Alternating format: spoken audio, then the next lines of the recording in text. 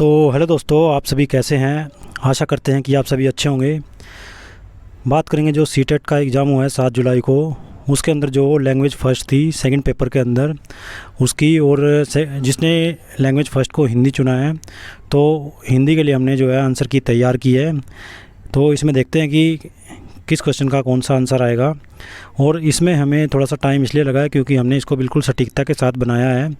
तो चलिए शुरू करते हैं। तो पहले जैसे आपको पता ही है कि लैंग्वेज फ़र्स्ट के अंदर जो है आपका पैरा आया था, उसके अंदर दिया गया था। पहले एक बार उस पैरे को पढ़ लेते हैं। तो ये दिया था, नीचे दिए गए गद्यांश को पढ़कर पूछे गए प्रश्नों 91 से लेकर 99 के सबसे उपयुक्त उत्तर वाले विकल्प को आपको चुनना है। तो साहित्य सदैव समाज को निरंतरता प्रदान करता है, और यह साहित्य और समाज का गहरा संबंध ही है कि साहित्य में समाज के विशृंखलित होते सिद्धांतों और टूटते बिखरते मूल्यों की चिंता बराबर बनी रहती है। वही साहित्य कालों के बंधन को तोड़कर उसकी सीमाओं से परे जाकर कालजयी बन पाता है, जिसमें मानवीय सत्य की व्याख्या हो और संवेदनाओं के सहारे आस्था जगाने का प्रयास हो। समय समय पर साहित्यकारों ने समाज के बदतर होने की स्थिति को पहचाना है, और कुछ रचनाकार हमारे साहित्य पटल पर ऐसी गहरी छाप छोड़ जाते हैं जिनकी आवश्यकता हर युग में बनी रहती है, जिनके विचार सदैव तरोताज़ा ही रहते हैं और जिनकी रचनाएं समाज को दीप्त करने का दायित्व निभाती चलती है। उनका साहित्यकार व्यक्तित्व केवल समस्याओं को ही नहीं परखता, बल्कि मनुष्यता में विश्वास को बचाए रखने की कोशिश भी करता है। अब इसके क्वेश्चन हम देख लेते हैं जो एग्ज़ाम में पूछे गए थे। तो जो 91 क्वेश्चन जो पूछा गया था वो था समाज के बदतर होने की स्थिति वाक्य में रेखांकित शब्द का अर्थ क्या होगा। तो इसका जो राइट आंसर आएगा वो आएगा अत्यधिक बुरा। तो फर्स्ट जो है इसका राइट आंसर आएगा अत्यधिक बुरा होना। ये समाज में बदतर होने की स्थिति को दिखाता है। अब वाक्य का जो है शब्द होगा, रेखांकित शब्द का जो अर्थ होगा वो होगा अत्यधिक बुरा। उसके बाद गद्यांश के अनुसार साहित्य में किस तरह की चिंता झलकती है।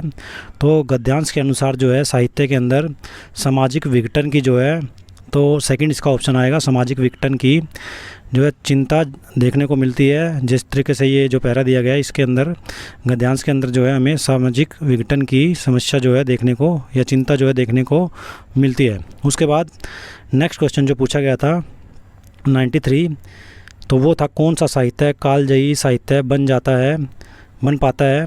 तो जो मानवीय सत्य की व्याख्या करे, जो बिखरते सिद्धांतों की चिंता करे, और क्या है कि जो पाठकों का मनोरंजन करे और जो समाज का दर्पण हो।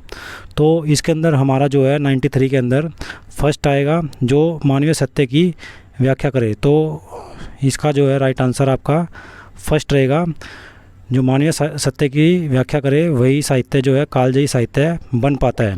उसके बाद विश्वास शब्द का अर्थ बताएं। तो विश्वास शब्द का यहाँ पे जो अर्थ होगा आपका वो होगा निश्चित धारणा। तो इसका सेकंड जो है ऑप्शन सही आएगा, निश्चित धारणा।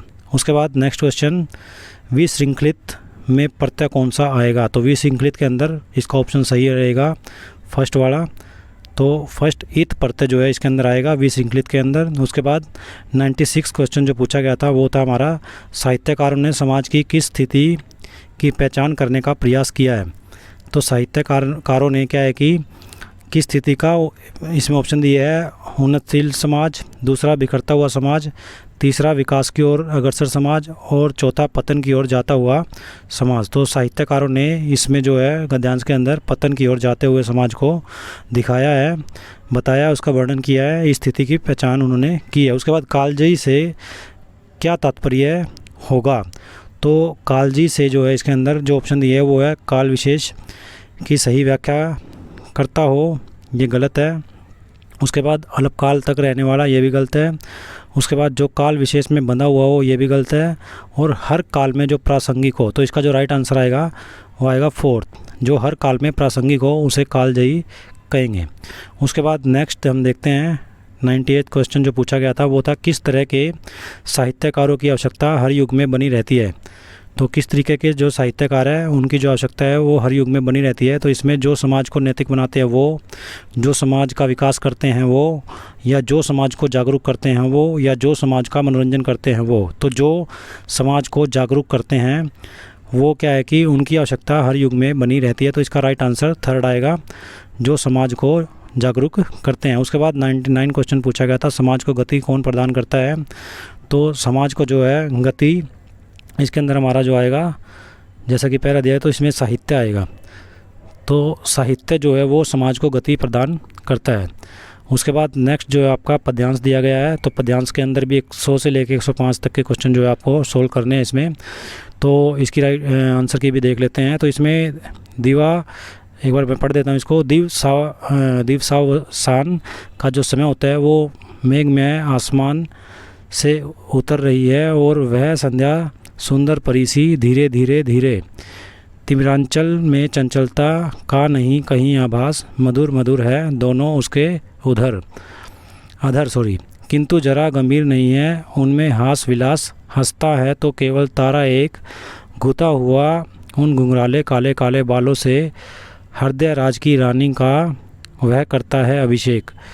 तो इसके क्वेश्चन देख लेते हैं। इस पद्यांश में कौन से क्वेश्चन पूछे गए थे। सबसे पहले पूछा गया है संध्या सुंदरी किस तरह के आकाश से उतर रही है। तो जो है इसमें ऑप्शन जो दिए गए हैं वो चंद्रमा की रोशनी से भरे आकाश से, सूर्य लालिमा से भरे आकाश से, तारों भरे आकाश से, और आपका बादलों से भरे आकाश से। तो इसका जो राइट आंसर आएगा वो आएगा फोर्थ, बादलों से भरे आकाश से। उसके बाद हृदय राज की जो 101वां क्वेश्चन है, हृदय राज की रानी किसके लिए प्रयुक्त हुआ है। तो हृदय राज की राजधानी संध्या के लिए प्रयुक्त हुआ है। तो इसका राइट आंसर फर्स्ट आएगा। उसके बाद दिवसावसान का संधि विच्छेद कीजिए। तो दिवसावसान के अंदर आपका थर्ड ऑप्शन सही रहेगा, दिवस प्लस अवसान, इसके अंदर राइट आंसर आएगा। उसके बाद नेक्स्ट क्वेश्चन देखते हैं, पद्यांश में किसका चित्रण हुआ है। तो पद्यांश के अंदर जो है यहाँ पे प्रकृति का चित्रण किया गया है, पद्यांश में प्रकृति का चित्रण। तो इसका राइट आंसर थर्ड आएगा। उसके बाद और ये जो आपका सेट के है, तो इसी तरीके से आप जो बाकी के सेट है उनके अंदर मिलान कर सकते हैं अपने आंसर्स का। तो नेक्स्ट क्वेश्चन जो है इसमें किसके हंसने की बात की गई है। तो इसमें यहाँ पे तारों के हंसने की बात की गई है। तो इसका राइट आंसर फोर्थ आएगा। उसके बाद पद्यांश में किस अलंकार का प्रयोग अधिक मुखरित होता है। तो यहाँ पे आपका सेकंड ऑप्शन सही रहेगा, सही आएगा, वो है आपका मानवीकरण। तो मानवीकरण अलंकार का यहाँ पे जो है प्रयोग अधिक मुखरित होता है। उसके बाद नेक्स्ट क्वेश्चन देखते हैं 106, उसमें पूछा गया है अध्यापकों, ये पद्यांश से अलग है क्योंकि 100 से लेकर 105 तक पद्यांश के क्वेश्चन थे। तो इसमें जो आपका पूछा गया है अध्यापकों शिक्षार्थियों और सामग्री पर टेस्ट एवं आकलन का प्रभाव क्या कहलाता है। तो वो ऑप्शन दिए हैं कक्षाई प्रभाव, 2 पुनर्बलन, तीसरा विधि प्रभाव जिसको कॉर्पस इफेक्ट बोलते हैं, और चौथा भाषा परीक्षण का प्रभाव। तो इसमें जो राइट आंसर आएगा वो फोर्थ आएगा आपका, भाषा परीक्षण का प्रभाव, वॉश बैक इफेक्ट उसको बोला जाएगा। उसके बाद नेक्स्ट क्वेश्चन 107 जो पूछा गया था वो मिलान के लिए पूछा है। तो कॉलम ए में भाषा शिक्षण विधियां हैं और कॉलम बी में उनकी समझ या संबंधित गतिविधियां हैं जिसका आपको मिलान करना है। तो कॉलम ए में पहले दे रखा है आपको संप्रेषणात्मक भाषा शिक्षण।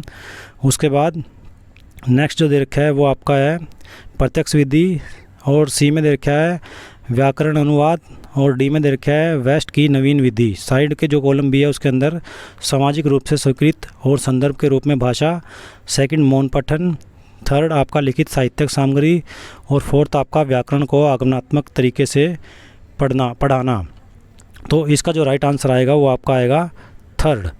तो ए का यहाँ पे क्या आएगा, ए का आपका फर्स्ट रहेगा इस तरीके से। तो संप्रेषणात्मक भाषा शिक्षण सामाजिक रूप से स्वीकृत और संदर्भ के रूप में अनुरूप जो आपकी भाषा होती है। उसके बाद बी का जो है 4 आएगा।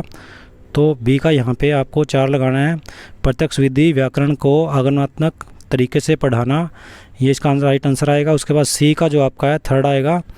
तो सी का बिल्कुल सामने मैच होगा थर्ड, व्याकरण अनुवाद जो है लिखित साहित्यिक सामग्री के द्वारा जो है वो दिखाया जाएगा। उसके बाद वेस्ट की जो नवीन विधि है वो इसमें आएगा आपका सेकंड, तो वो मौन पठन के लिए प्रयुक्त की जाती है। तो इसका राइट आंसर आपका थर्ड रहेगा इस क्वेश्चन का। उसके बाद 108 जो क्वेश्चन पूछा गया था वो था, अधिगम का कौन सा मत इस बात में विश्वास रखता है कि मौखिक या अमौखिक भाषा आदत निर्माण की प्रक्रिया के माध्यम से आती है। तो इसका जो राइट आंसर आएगा वो आएगा व्यवहारवादी। फोर्थ इसका राइट आंसर आएगा। इसमें संज्ञानात्मकवादी और अंतःक्रियात्मकवादी और उपयोगितावादी और लास्ट में व्यवहारवादी दिया, तो इसका राइट आंसर आपका व्यवहारवादी आएगा। तो व्यवहारवादी जो है इस बात का विश्वास रखता है कि मौखिक और अमौखिक भाषा आदत निर्माण की प्रक्रिया के माध्यम से आती है। उसके बाद 109 जो क्वेश्चन पूछा गया है लैंग्वेज फर्स्ट हिंदी के अंदर सेकंड पेपर के अंदर, तो वो है कक्षा 5 की भाषा अध्यापक अपनी कक्षा में भाषा शिक्षण के लिए प्रतिदिन अनेक प्रकार की सामग्री जैसे कि समाचार पत्र, भोजन तालिका और रेल यात्रा के टिकट आदि लाती है, तो वह अधिगम के लिए क्या कर रही है। तो इसके अंदर जो आपका राइट आंसर वो आपका थर्ड आएगा। थर्ड इसका राइट आंसर होगा, वह अधिगम को और अधिक वास्तविक तथा उपयोगी बनाने के लिए प्रमाणिक सामग्री का प्रयोग कर रही है। उसके बाद नेक्स्ट क्वेश्चन 110वां, जो भारत में भाषाओं के बारे में कौन सा कथन सही नहीं है। तो 110वां जो क्वेश्चन आपका उसमें फर्स्ट आएगा, तो उसमें आपका जो है संस्कृत आधुनिक भारतीय भाषा है। तो संस्कृत क्या हमारी प्राचीन भाषा है, आधुनिक भारतीय भाषा नहीं है। तो इसका गलत आंसर जो आएगा, मतलब जो सही नहीं पूछा गया है उसमें संस्कृत आधुनिक भारतीय भाषा है, ये आपका रहेगा इसका आंसर। उसके बाद नेक्स्ट क्वेश्चन 111 जो पूछा गया है या 111 जो क्वेश्चन पूछा गया है उसमें भारत में बहुभाषावाद के संदर्भ में अध्यापक के लिए क्या समझना जरूरी है। तो पहला ऑप्शन दिया है विविधता भरे समाज में एक भाषा नीति बनानी चाहिए। दूसरा ऑप्शन भाषा अस्मिता और संस्कृति ये भिन्न भिन्न अस्तित्व रखती हैं। तीसरा ऑप्शन संप्रेषण से सामाजिक समता स्थापित होती है। और चौथा ऑप्शन अल्पसंख्यक भाषाओं को प्रभुत्वशाली जो है हमारा भाषाओं में मिला देना चाहिए। तो इसका जो राइट आंसर आएगा हमारा वो आएगा थर्ड, संप्रेषण से सामाजिक समता स्थापित होती है।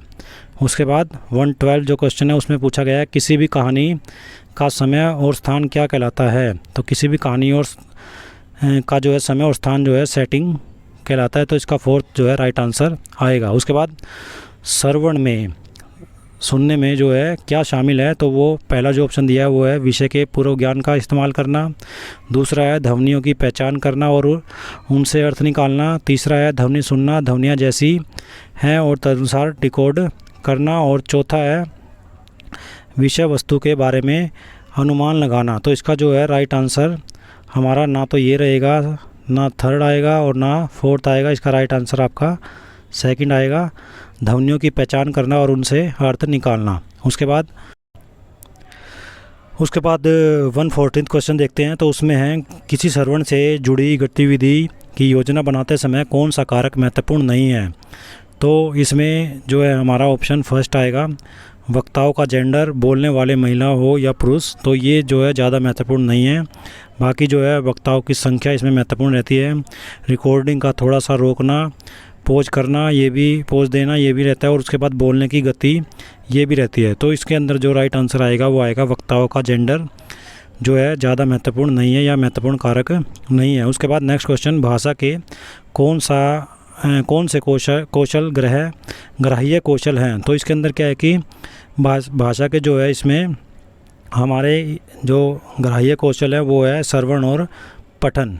तो इसका जो राइट आंसर हमारा सेकंड आएगा, श्रवण और पठन भाषा के जो है ग्राह्य कौशल है। उसके बाद नेक्स्ट क्वेश्चन, एक अध्यापक ने बच्चों को रेस्टोरेंट से जुड़ी शब्द संपदा से परिचित कराने वाला काम दिया।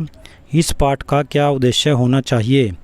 तो इसमें जो है ऑप्शन पहले देख लेते हैं। तो अवकाश के दौरान कहीं जाने से संबंधित पाठ्य सामग्री से परिचित करवाना। दूसरा समालोचनात्मक चिंतन विकसित करना। तीसरा शिक्षार्थियों को कोश विषयक सामग्री से परिचित करवाना। और चौथा है व्याकरणिक सामग्री से परिचित करवाना। तो इसका जो है तीसरा ऑप्शन जो है सही आएगा, थर्ड ऑप्शन सही आएगा। राइट आंसर आपका थर्ड होगा। तो शिक्षार्थियों को कोश विषयक सामग्री से परिचित करवाना जो है एक अध्यापक ने जो है बच्चों को रेस्टोरेंट से जुड़ी जो शब्द संपदा से परिचित कराने वाला जो है काम दिया है। तो इसमें आपका शिक्षार्थियों को कोश विषयक सामग्री से परिचित करवाना जो है अध्यापक का क्या रहेगा, उद्देश्य रहेगा। उसके बाद भाषा की कक्षा में विद्यार्थी अध्यापक के निर्देशन में समूह बनाकर दिए गए टॉपिक पर एक विज्ञापन प्रस्तुत करते हैं। इस तरीके से भाषा सीखना क्या कहलाता है? तो इस तरीके से जो है भाषा सीखना हमारा क्या कहलाता है, ये पूछा गया है। तो इसके अंदर जो है राइट आंसर हमारा थर्ड आएगा, वो आएगा सहयोगात्मक अधिगम। तो भाषा की कक्षा के अंदर क्या है कि विद्यार्थी अध्यापक के निर्देशन में समूह बनाकर दिए गए टॉपिक पर एक विज्ञापन प्रस्तुत करते हैं। तो इस तरीके के भाषा सीखना सहयोगात्मक अधिगम कहलाता है। उसके बाद 118 क्वेश्चन, उसमें पूछा गया हमारा भाषागत कार्य जैसे स्वर शैली, तान, बलाघात और लय को क्या कहा जाता है? तो इसमें हमारा राइट आंसर फर्स्ट आएगा आपका ध्वन्यात्मकता। तो ये हमारा आएगा इसका राइट आंसर, भाषागत कार्य जैसे स्वर शैली, तान, बलाघात और लय को क्या कहा जाता है? ध्वन्यात्मकता। उसके बाद नेक्स्ट क्वेश्चन वो है हमारा भाषा की कक्षा में एक अध्यापक ने विद्यार्थियों के एक समूह को ग्राहक, प्रॉपर्टी डीलर, मकान मालिक और किराएदार का अभिनय करने के लिए कहा और शेष विद्यार्थियों से कहा कि इस अभिनय को देखें और वार्तालाप का आनंद ले। तो इस गतिविधि को क्या कहा जाएगा? तो ये हमारा आएगा रोल प्ले। तो इसका जो राइट आंसर आएगा थर्ड आएगा, रोल प्ले। उसके बाद नेक्स्ट क्वेश्चन 120 जो पूछा गया था वो था, ये लास्ट क्वेश्चन कह लीजिए लैंग्वेज फर्स्ट का पेपर 2 के अंदर। तो वो पूछा गया है विद्यालयों को योगात्मक द्विभाषावाद का अनुसरण करना चाहिए, क्योंकि इसके अंदर क्या है कि पहला ऑप्शन बच्चे की भाषा को तो समुन्नत करता है और परंतु उनकी संस्कृति को नहीं। दूसरा ऑप्शन है प्रथम भाषा के विकास में अवरोध पैदा करता है। तीसरा ऑप्शन बच्चे की संस्कृति और भाषा को महत्व देता है। चौथा ऑप्शन वो है अंग्रेजी शिक्षण को द्वितीय भाषा के रूप में महत्व देता है। तो इसका जो राइट आंसर हमारा आएगा वो आएगा थर्ड, बच्चे की संस्कृति और भाषा को महत्व देता है। तो ये थी सीटेट का जो एग्ज़ाम हुआ है सेकंड पेपर के लिए जो है लैंग्वेज फर्स्ट की जो है आंसर की। तो बाकी की जो आंसर्स की है वो आपको चैनल पे देखने को मिलेंगी। वीडियो को ज़्यादा से ज़्यादा लाइक कीजिए एंड सीटेट और अदर टीचिंग एग्ज़ाम की तैयारी के लिए चैनल को सब्सक्राइब करें। धन्यवाद।